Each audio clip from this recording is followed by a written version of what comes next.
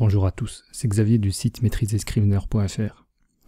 On est toujours en train de découvrir Scrivener, son interface, et on y va par petits pas. Alors après nous être intéressés à la partie haute de l'éditeur et sa barre de titre, ou barre d'en-tête, on va s'intéresser maintenant au bas de la page, si on peut dire. On y trouve également une barre grisée qu'on va appeler le pied de page, tout simplement. Alors qu'avons-nous dans ce pied de page ? Eh bien, à première vue, sur la gauche, on voit un pourcentage avec un bouton de sélection. Au milieu, on a le comptage du nombre de mots et de caractères du document en cours. Et sur la droite, on a un bouton qui ressemble à une cible et qui permet de définir un objectif en nombre de mots pour le document en cours. Bien, commençons par revenir sur le sélecteur de pourcentage à gauche. C'est en fait une sorte de zoom qui permet de régler la taille d'affichage des caractères dans l'éditeur. Et c'est un point important.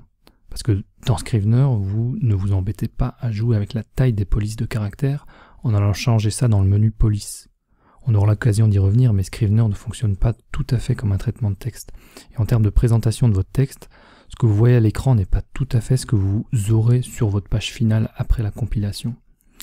Bref, tout ça pour vous dire que le réglage de la taille des caractères, pour que ça soit confortable pour l'écriture ou la révision, ça se fait plutôt en déterminant le pourcentage en bas à gauche de votre écran, plutôt qu'en allant régler une taille de police dans un menu quelconque.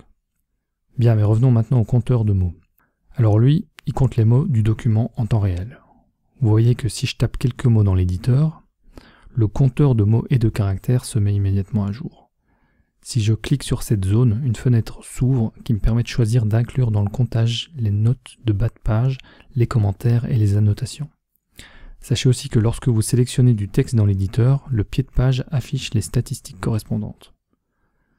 Pour ce qui concerne la fixation d'objectifs, c'est très simple à utiliser, vous allez voir. Admettons que vous vouliez vous fixer un objectif en termes de nombre de mots pour le document sur lequel vous êtes en train de travailler.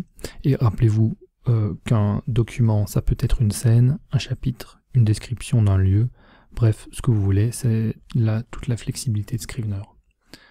Donc pour vous fixer cet objectif, vous cliquez simplement sur la petite cible et vous tapez le nombre de mots.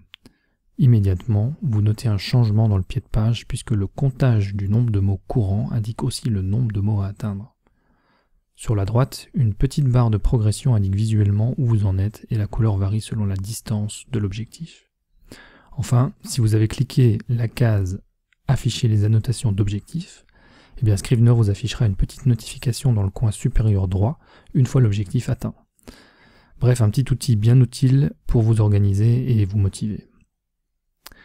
Bon alors jusqu'ici on était en train de visualiser un document texte. Que se passe-t-il maintenant si on visualise un autre type de document? Par exemple un PDF, une image, un fichier audio ou autre. Alors faisons tout de suite le test. Sélectionnons un fichier PDF par exemple dans le classeur. Et on peut voir que le pied de page a changé. Il nous montre maintenant deux flèches de navigation à gauche, tandis qu'au centre, on a la page courante et le nombre total de pages.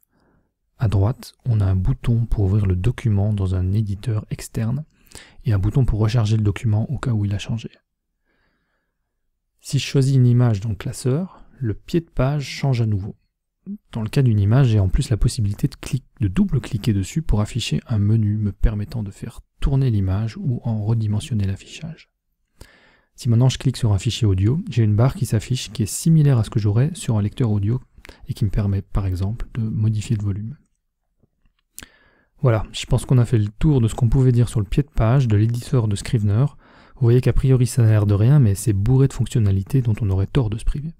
Et c'est un peu ça Scrivener, très complet, un peu complexe, mais qui gagne vraiment à être connu.